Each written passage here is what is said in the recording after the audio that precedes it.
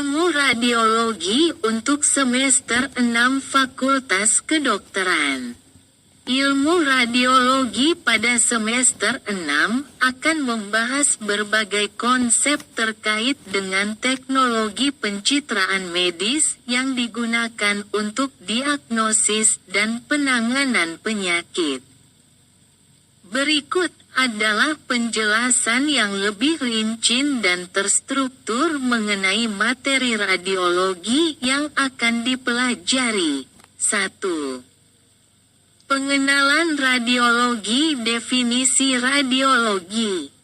Radiologi adalah cabang ilmu kedokteran yang memanfaatkan teknologi pencitraan untuk mendiagnosis dan mengobati berbagai kondisi medis.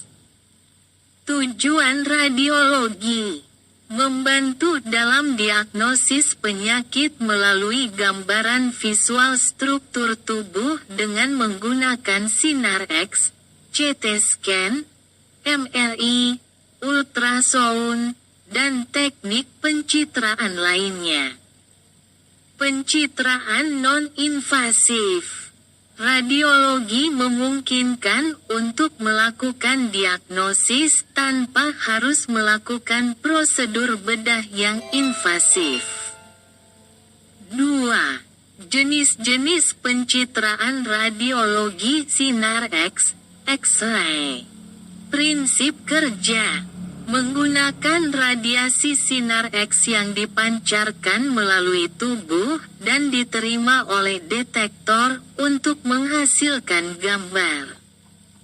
Aplikasi: pencitraan tulang, fraktur, infeksi paru-paru, dan tumor. Keuntungan: cepat, murah, dan efektif untuk melihat kelainan tulang. Keterbatasan: tidak memberikan detail jaringan lunak yang cukup. CT scan, komputer tomografi. Prinsip kerja: menggunakan sinar X untuk menghasilkan gambar irisan tubuh dalam berbagai sudut. Hasilnya diproses menjadi gambar 3 dimensi, 3D. Aplikasi: memeriksa kepala, trauma kepala, abdomen, dada, dan pembuluh darah. Keuntungan: memberikan gambar lebih detail dibandingkan sinar X biasa dan lebih cepat. Keterbatasan: terpapar radiasi lebih tinggi dibandingkan sinar X biasa. MRI, Magnetic Resonance Imaging. Prinsip kerja: menggunakan medan magnet dan gelombang radio untuk menghasilkan gambar rinci dari organ dan jaringan tubuh. Aplikasi: penggambaran jaringan lunak seperti otak, jantung, tulang belakang, dan sendi. Keuntungan: tanpa radiasi, menghasilkan gambar jaringan lunak dengan detail tinggi. Keterbatasan: mahal dan memerlukan waktu yang lebih lama.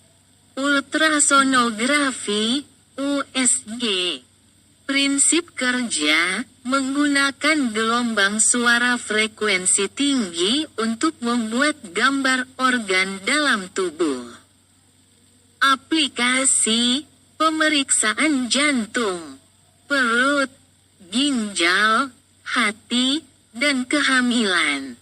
Keuntungan: tidak menggunakan radiasi, murah, dan dapat dilakukan di samping tempat tidur pasien.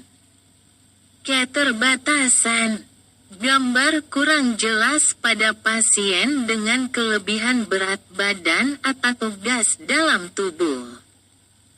Mamografi. Prinsip kerja: menggunakan sinar X dengan dosis rendah untuk memeriksa jaringan payudara.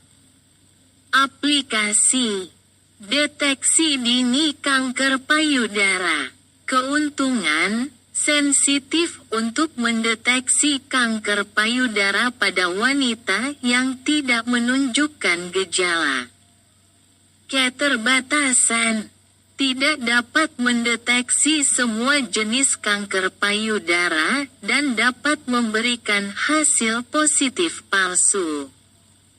3. Indikasi pencitraan radiologi diagnosis penyakit. Mengidentifikasi lokasi dan sifat kelainan dalam tubuh, seperti fraktur tulang, tumor, atau infeksi. Monitoring perkembangan penyakit, menggunakan pencitraan untuk memantau kemajuan penyakit.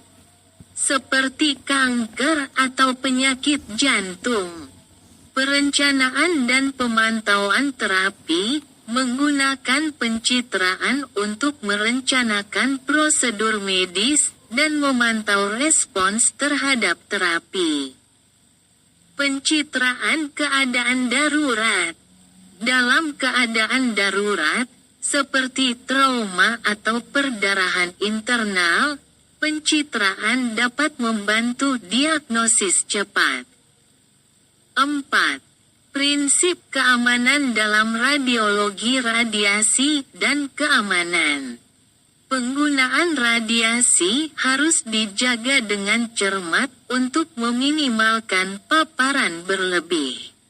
Teknik pelindung seperti apron timbal dan pelindung tiroid digunakan untuk mengurangi paparan radiasi pada pasien dan staf medis.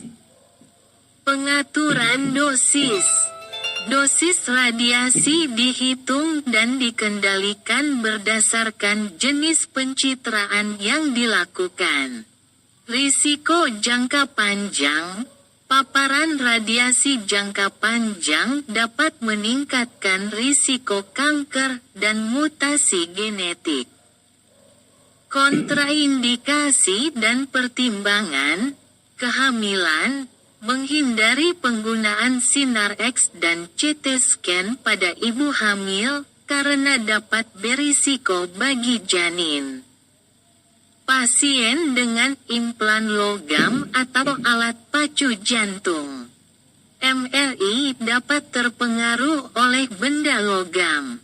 5. Teknik dan prosedur khusus dalam radiologi pencitraan kontras.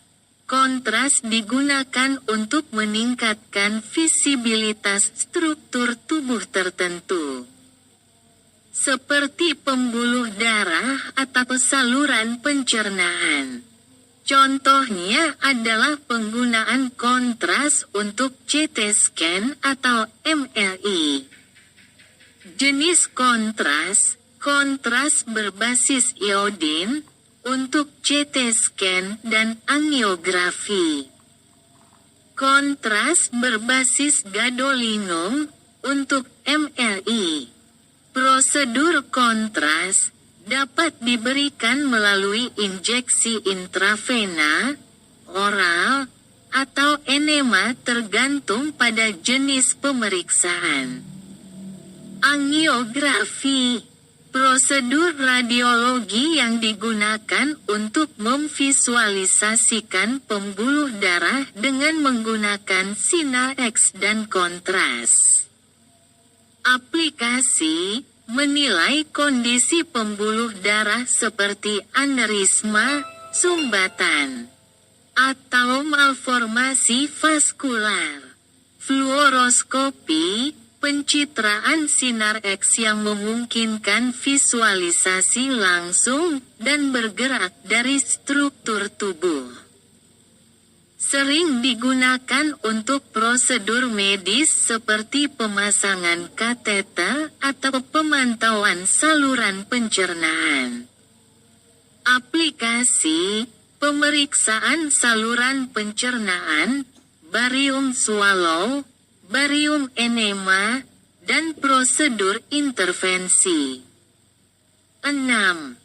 Interpretasi hasil radiologi pemeriksaan sinar X, Membaca gambar sinar X membutuhkan pemahaman mengenai anatomi tubuh dan jenis kelainan yang dapat terdeteksi. Hasil biasa, fraktur, pneumonia, atau kista.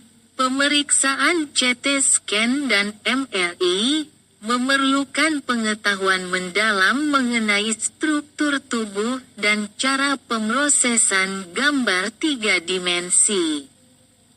Hasil biasa, tumor otak, aneurisma pembuluh darah, atau penyakit hati. Pemeriksaan ultrasonografi, gambar diperoleh dengan memindai tubuh secara langsung.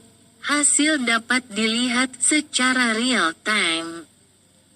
Hasil biasa, kehamilan, tumor jinak, atau batu ginjal. Pemeriksaan mamografi. Mamografi digunakan untuk mendeteksi perubahan kecil pada jaringan payudara, termasuk massa atau kalsifikasi. Hasil biasa, benjolan atau kalsifikasi yang mencurigakan sebagai kanker. 7. Perkembangan terkini dalam radiologi pencitraan berbasis kecerdasan buatan, AI.